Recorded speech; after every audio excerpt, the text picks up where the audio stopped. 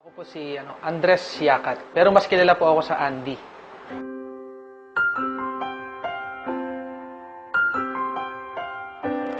Pinanggalingan kong pamilya, hindi naman ganoong kayaman. Sabihin natin na nakakaraos araw-araw. Ang nanay ko, tindera sa palengke. Ang tatay ko naman, magsasaka. So, yung buhay namin, nung time na doon ako naninirahan, talaga umiikot lang sa bukid. Bukid, pagtitinda. So, doon ako nabuhay. Sa pag-aaral, bali nakatapos din ako nung pag-aaral na Electronics and Communication Engineering.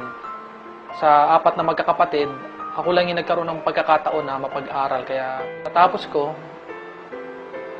nag-abroad agad ako dahil gusto ko talagang makabawi sa kanila dahil alam ko yung naging hirap ng buhay namin. Ang hindi ko makakalimutan sa buhay ko nung time na nakapag-abroad ako sa Taiwan dahil unang trabaho ko yun, sobrang hirap. Naranasan ko doon yung magtrabaho ng 16 hours, 18 hours sa loob ng isang araw. Yun kasi pinakamahirap sa nag-abroad eh. Yung malayo ka sa pamilya mo, yun ang binabayaran. Yung layo, yung inip. Kasi yung hirap, natitiis pa yan eh. Pero yung, alam mo yun, yung pangungulila sa pamilya, yun yung isa sa pinaka hindi ko malilimutan sa buhay. Sa Taiwan, ang laki ng pagkakaiba. Kasi noon, papasok ako ng alas 7 ng umaga, uwi ako ng alas 7 ng gabi. 5 years yun. Para akong robot. Magtrabaho, matutulog, kakain. Doon umiikot ang buhay ko. 5 taon lumipas, wala pa din. Alang nagbabago. Pero sa AIM Global, ang nakita ko dito, ibang-iba. Kasi dito sa AIM Global, darating pagkakataon, nakamukha na nangyari sa akin, na kahit talaga wala ka nang ginagawa, pwede ka pa rin kumita. Sa 8 months, nailabas ko yung first car ko rito, yung pick-up na nabili ko nung una. At after 2 years, nabili ko na yung bago kong kotse, yung Hyundai Accent na ginagamit ko ngayon. And ito nga ngayon, ngayong October, yung condominium naman na pinapangarap ko, mailalabas ko na rin ngayong October. Pag ako pupunta sa ibang bansa, alam na alam ko magtatrabaho ko. Pero dito sa AIM Global, grabe na nangyari sa akin. Pumupunta ako sa ibang bansa, Hong Kong, Singapore, Thailand, Malaysia. Pumupunta ako hindi para magtrabajo. Pumupunta ako ngayon para mamasyal, para magnegosyo. Ganun kaganda yung AIM Global. 1, 2, 3. I know you want me. You know I want you. I know you want me.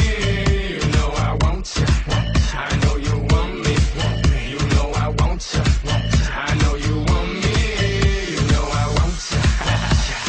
1, 2, 3, 4. 1, 2, 3, 4. Rumba. Ella quiere su rumba. Rumba. Ella quiere su rumba.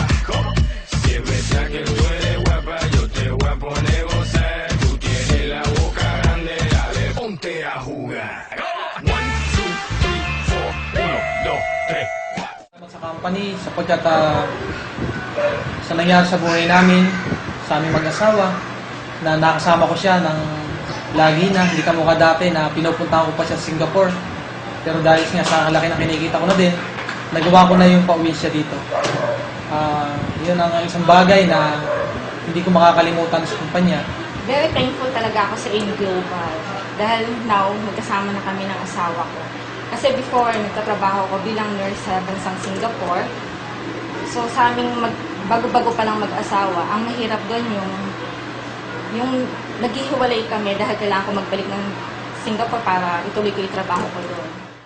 Sa AIM Global, sa mga bumubuo, sa mga may-ari, maraming salamat po sa inyo po na ginawa sa amin.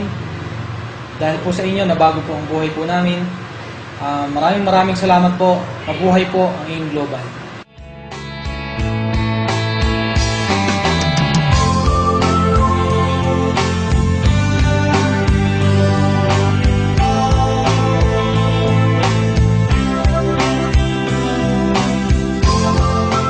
Pagka ginusto mo ang isang bagay, makakagawa ka ng paraan.